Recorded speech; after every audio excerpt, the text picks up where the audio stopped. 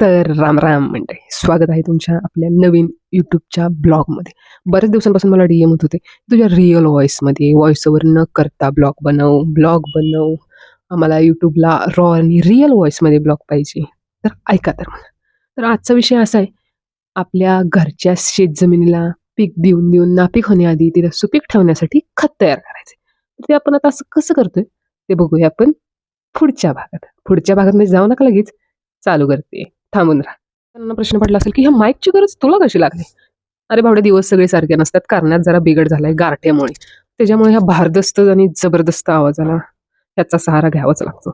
कसं आहे, लाखाचा चेक लिहिणारा प्रेम सही करायला पण तिथंच उपयोगी पडतो आणि चेक लिहायला पण तिथंच. शेवटी पेन आहे, गरज माणसाला लागतीच. आणि वेळ काय सगळ्यांची मित्र येवे का मुक्कामाला थांबणार आहे ती. त्यामुळे थोड्या दिवसांसाठी येऊया आपल्या मेन मुद्द्यावर. कॉम्प्रोमाइज आणि सॅक्रिफाईस हे आयुष्यात प्रत्येकाला करावंच लागतं. ते तेव्हाच करावं लागतं जेव्हा आपल्याला कोणत्या तरी वस्तूपर्यंत पोचायचं असतं आणि कसंही करून पोचायचंच असतं. त्या टायमिंगला तर करायला तर लागतेच ना भावा. आहेत आवळी. तर आता तुम्ही म्हणाला कच्चं खाऊन टाकायचं का बाबा. नाही रे बाबा, नाही जमत आपल्याला, काय करायचं. म्हणून ह्याला शिजवून घेतलंय मी. कारण मिडल क्लास फॅमिलीतून बिलॉंग करते, त्याच्यामुळे प्रत्येक भागाचा प्रत्येक ठिकाणी चांगला वापर हा झालाच पाहिजे. फक्त बीच वेस्ट होणार, ते तरी कशाला वेस्ट. परत लावून टाक, पुढच्या टायमिंगला उपयोगी येईल. तुझी इच्छा असेल तर तुझ्या बायकोला उपयोगी येईल, बायकांच्या पोरांना उपयोगी येईल, सगळ्यांना उपयोगी येईल. जर झालंच तर. आता तुळशीची लग्न तर झालीच आहेत. तुमचं कधी ते तुम्ही. ह्याला पहिल्यांदा आपण हे जे आंतरवस्त्र काढून टाकून लागणारी वस्तू चोरून घेऊ.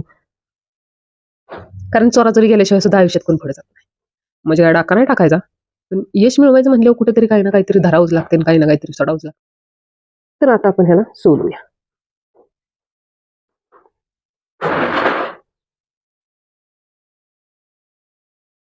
तर ह्याचा विषय कसा आहे, एवढं कष्ट घ्यायला आपल्याच्याला तर जमत नाही. ती पण आईनं शिजवून दिलं ऐकतं. तसं आईनं मला नावच पाडलं आयत्या बेळात नागोबा. असं मोठं तुम्ही सावया, तुम्हाला तर उठल्यापासून ब्रश सुद्धा हातात लागतो. आईला हा पण माझा कस खातोय. नको रे एवढ्या जीवाला ताप देऊ, मला एवढूसा जीव. फक्त बी वाया जाईल, फक्त. त्याचं पण काय करायचं ते तुम्हाला सांगितलंय मी.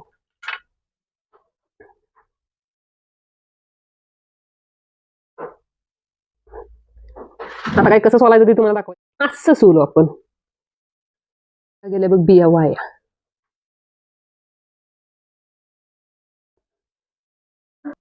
झालं का नाही असं सोलून. आता हे काय असंच खायचं नाही, पुढे बघ अजून दम धरत जा जरा. ही तर तू काय वरवंटा आणि पाटा घेऊन काय कुठत बसणार नाहीस. म्हणजे आपण तर बसू शकत नाही ना, आपण बिना कामाची बिझी माणसं आहे. त्याच्यामुळे मिक्सरला लावायचं. आता स्कोर करायला आणखीन थोडा हुशार होणे म्हणून मोठा मिक्सर घ्यायचा. मिक्सरचं भांड का ग्राइंडर आणायला जाणार नाही.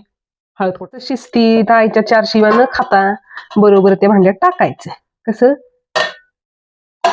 असं. आता ह्याला लावायचं झाकण, जेणेकरून आपल्या थोबडा उडू नये. आईला आवळा राहिला.